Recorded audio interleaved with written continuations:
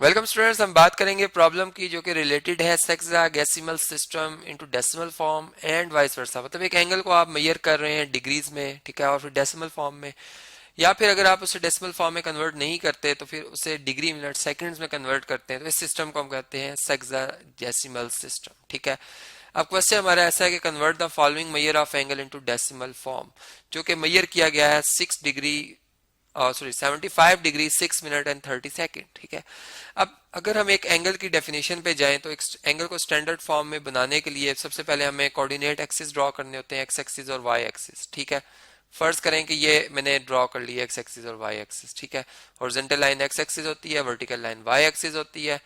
अब इस तरह से है कि एक जो एंगल है हमारा, उसका इनिशियल आर्म जो है वो होगा जी along x axis, positive x axis, और उसका वर्टेक्स होगा ओरिजिन। ठीक है, ये स्टैंडर्ड फॉर्म की मैं बात कर रहा हूँ। अब अगर ये क्लॉकवाइज एंटी क्लॉकवाइज अगर रोटेट करेगा, फर्स्ट करें एंटी क्लॉकवाइज रोटेट करेगा, तो ये एंगल जो होगा ये हमारा पॉजिटिव कंसीडर होगा और ये एंगल होगा थीटा। ठीक है, अब ये एंगल जो मेजर किया गया है 75 डिग्री 6 मिनट 30 सेकंड, ये आखिर कैसे मेजर किया गया? देखें, हम जानते हैं कि एक जो हमारा ये पूरा सर्कल है, वन रेवोल्यूशन जो है, रेवोल्यूशन, ठीक है, ये कितनी डिग्रीज के इक्वल है? ये 360 डिग्री के इक्वल है। कैसे हमें पता चल रहा है? देखें, हर जो दो म्यूचुअली परपेंडिकुलर लाइंस है 90 का एंगल बना रही है, ये भी 90 का, एक स्ट्रेट लाइन 180 का, तो दो स्ट्रेट लाइन मिलकर 180 180 360 डिग्री बना रही है। ठीक है, अब 1 डिग्री तो डिफाइन हो जाता है कि भाई ये 1 डिग्री है, ये 2 डिग्री है। ठीक है, हम प्लस करते करते आ रहे हैं एंगल्स को, लेकिन एक जगह पे एंगल इतना छोटा आ जाता है कि ना वो 1 डिग्री है ना वो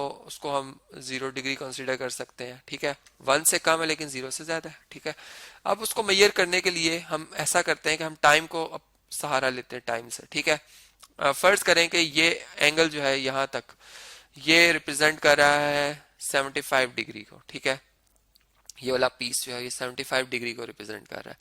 अब इससे आगे भी एंगल जो है वो मूव कर रहा है, मतलब उसकी रोटेशन चल रही है मेजरमेंट के वाले से। ये स्लाइड चले मैं शो करता हूँ। लेकिन अब जो ये मतलब फर्ज करें कि मैं कहता हूँ 1 डिग्री इतना सा रीजन है जो जो यहाँ पर शो हो रहा है। ठीक है, फर्ज करें कि ये 1 डिग्री है, तो अब हमारा एंगल 1 डिग्री से लेस, ठीक है, 1 डिग्री से लेस है, ये आखिर कितनी देर में मुकम्मल होगा? ठीक है, मतलब ये चीज मूव कर रही है तो ये टाइम लगाएगी मूव करने में। ठीक है, हमने कहा कि अगर 1 डिग्री है तो इसके लिए ये एग्जैक्ट 60 मिनट में अगर ये मूव करती रहे 60 मिनट के हिसाब से, तो ये 1 डिग्री का एंगल बनाएगी। ठीक है, हमने टाइम का सहारा लिया, तो यहां से फिर हमें पता चल रहा है अच्छा अगर यहाँ पे 1 मिनट तक ये जो नीडल है मूव होती रही तो ये 1 डिग्री हो जाएगा। लेकिन ये वन मतलब ये 6 मिनट तक मूव करता है। ठीक है, 60 मिनट तक नहीं बल्कि 6 मिनट और 30 सेकंड तक। तो फिर हमने बताना है कि अब ये वन जो हमारा डिग्री एंगल है उसका ये कितना पार्ट है। ठीक है,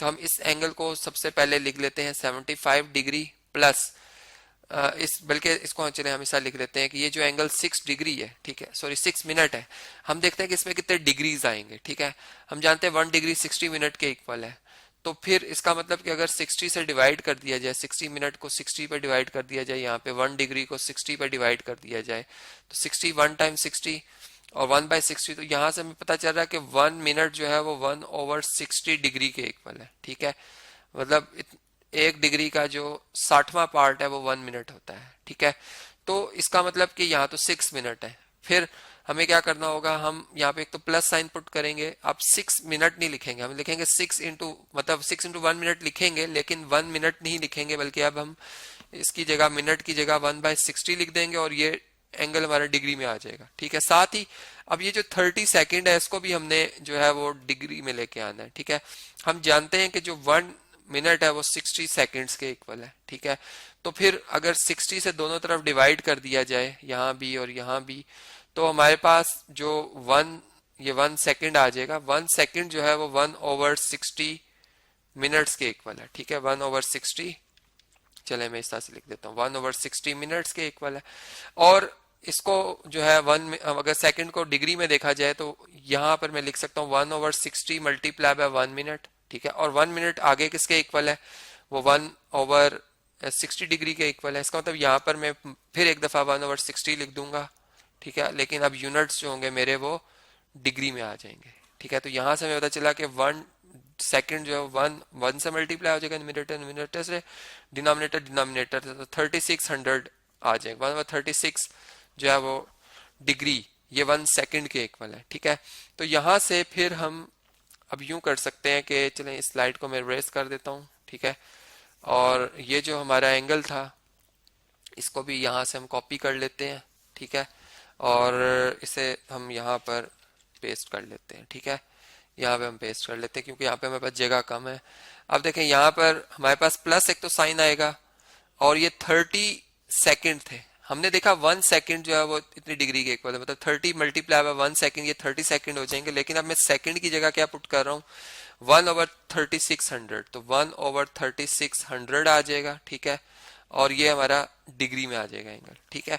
तो हमें पता चला कि ये तो 75 डिग्री था, ठीक है। प्लस अब 6 को 60 पे डिवाइड किया जाए, अगर 6 डिवाइडेड बाय 60, तो ये हमारा जवाब आता है 0.1, तो ये 0.1 डिग्री, ठीक है।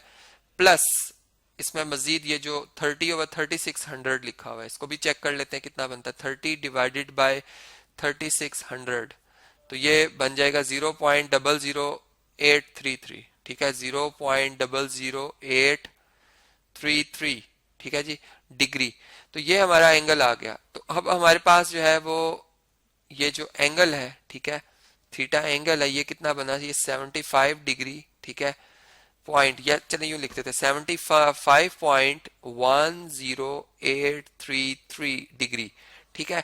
तो ये इस तरीके से हम कह सकते हैं कि ये देख सकते हैं आप कि ये फिर 76 से पीछे है डिग्री से, मतलब 76 डिग्री से पीछे है, लेकिन जो है वो 75 डिग्री से आगे है, ठीक है। तो इस तरह से हमने जो एंगल था हमारा उसको, जो कि डिग्री मिनट सेकंड्स में था लिखा हुआ, उसे हमने कन्वर्ट किया है डेसिमल फॉर्म में। हमने देखा कि जो डिग्री मिनट सेकंड है वो ज्यादा एक्यूरेट मेजरमेंट है, मतलब इससे हमें वक्त के साथ उसको मैच करके कंपेयर करके मेजर करना जरा आसान होता है। इस तरह से समझना जरा मुश्किल होता है, इसको प्लॉट करना मुश्किल है, लेकिन इसको अगर हम समझे तो काफी हद तक हम अच्छे तरीके से कंपैरिजन कर सकते हैं दो मुख्तलिफ एंगल्स का, कि वो कितना एक एंगल दूसरे एंगल से स्मॉलर है या बिगर है।